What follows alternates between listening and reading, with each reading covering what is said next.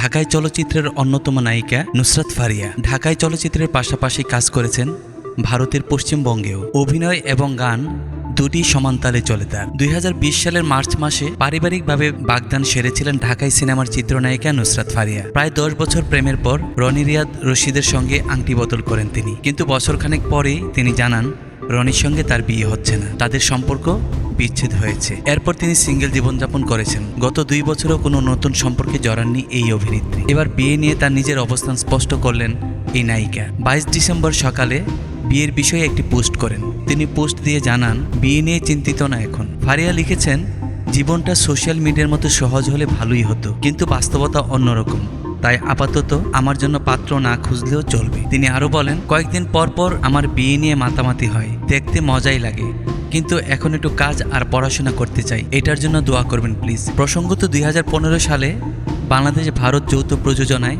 আশিকি দিয়ে বড় পর্দায় অভিষেক হয় এই নায়িকার।